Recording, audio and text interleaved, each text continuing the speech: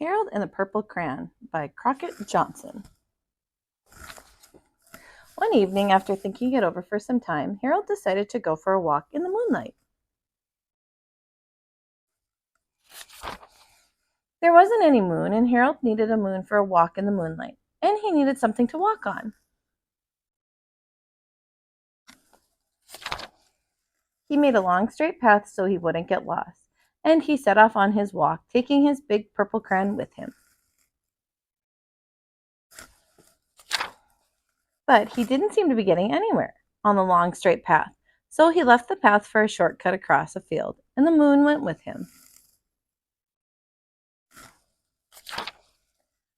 The shortcut led right to where Harold thought a forest ought to be.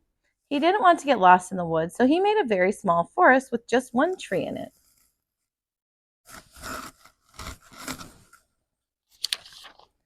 It turned out to be an apple tree.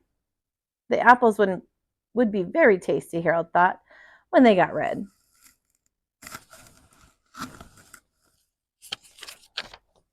So he put a frightening dragon under the tree to guard the apples. It was a terribly frightening dragon. It even frightened Harold. He backed away. His hand holding the purple crayon shook. Suddenly he realized what was happening. But by then Harold was over his head in an ocean.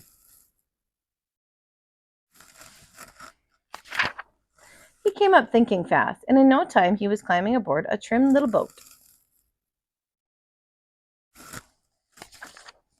He quickly set sail, and the moon sailed along with him. After he had sailed long enough, Harold made land without much trouble. He stepped ashore on the beach, wondering where he was.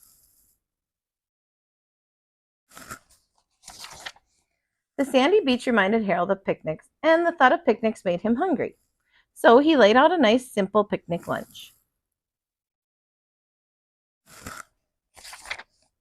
There was nothing but pie, but there were all 9 kinds of pie that Harold liked best. When Harold finished his picnic, there was quite a lot left. He hated to see so much delicious pie go to waste. So Harold left a very hungry moose and a deserving porcupine to finish it up, and off he went looking for a hill to climb to see where he was. Harold knew that the higher he went, the farther he could see, so he decided to make the hill into a mountain. If he went high enough, he thought he could see the window of his bedroom. He was tired and he felt he ought to be getting to bed. He hoped he could see his bedroom window from the top of the mountain.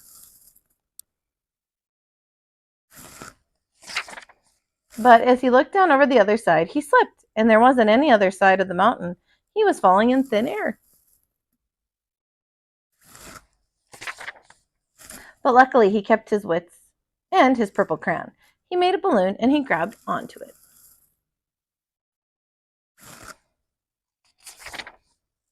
And he made a basket under the balloon, big enough to stand in. He had a fine view from the balloon, but he couldn't see his window. He couldn't even see a house.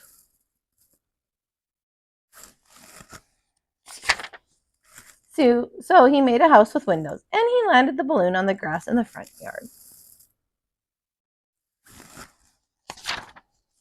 None of the windows was his window. He tried to think where his window ought to be.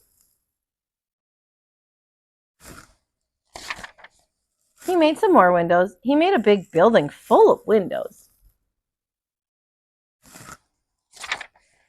He made lots of buildings full of windows. He made a whole city full of windows.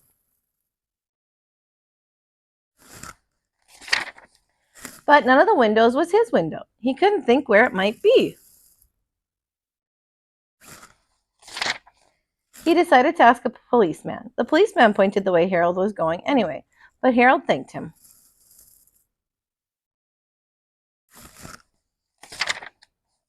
And he walked along with the moon, wishing he was in his room and in bed.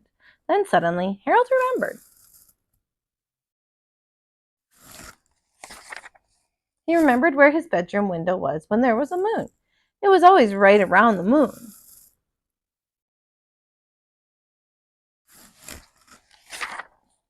And then Harold made his bed. He got in it, and he drew up the covers.